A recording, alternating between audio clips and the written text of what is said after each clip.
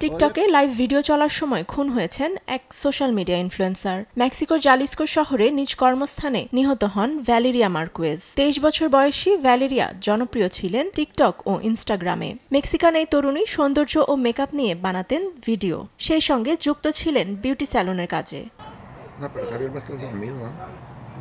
মঙ্গলবার ভ্যালেরিয়া ব্যস্ত ছিলেন টিকটকে লাইভ ভিডিওতে। এ সময় অজ্ঞাত পরিচয়ে এক ব্যক্তি ঢুকে পড়েন স্যালনে, এমনকি তাকে ভ্যাল বলে সম্বোধনও করেন খুনিরা। ভ্যালেরিয়া কিছুটা ভীতু হয়ে বলেন ওরা আসছে, এরপরই বন্ধ হয়ে যায় লাইভের সাউন্ড। কিছু সময় পর খুন হন এই ইনফ্লুয়েন্সার। লাইভ চালু থাকায় পুরো ঘটনাটি ধারণ হয়ে যায় টিকটক লাইভে। হত্যার পরই ফোনটি হাতে তুলে নেয় খুনিরা। এ সময় ফুটেজে ধারণ হয় খুনিদের চেহারার কিছু অংশ।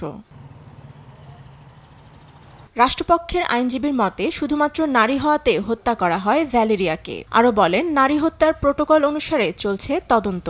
মেক্সিকোর অপরাধ তালিকায় লিঙ্গ বৈষম্যের স্থান প্রথম দিকে। ইনফ্লুয়েন্সার হত্যার ঘটনা পুরো দেশের জন্য বড় ধাক্কা। প্রসিকিউটর বর্তমানে তদন্ত করছেন, তাই এখন পর্যন্ত যা প্রকাশ করা হয়েছে তা প্রসিকিউটরের অফিসের তদন্ত।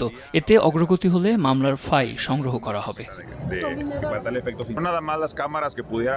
শুধুমাত্র সরকারি বা বেসরকারি ক্যামেরাই নয়, বরং যে কোনো ব্যক্তিগত ক্যামেরায় তথ্য পাওয়া গেলেও তা প্রমাণের অংশ হিসেবে তদন্ত ফাইলে অন্তর্ভুক্ত করা হবে। টিকটক ও ইনস্টাগ্রামে প্রায় 2 লাখ ফলোয়ার ছিল এই ইনফ্লুয়েন্সারের। মৃত্যুর কিছুদিন আগে তার অনুপস্থিতিতে স্যালনে দামি উপহার আশায় উদ্বিগ্ন ছিলেন তিনি। ফাতেমা তাসনিম, নিউজ ডেস্ক, দেশ টিভি।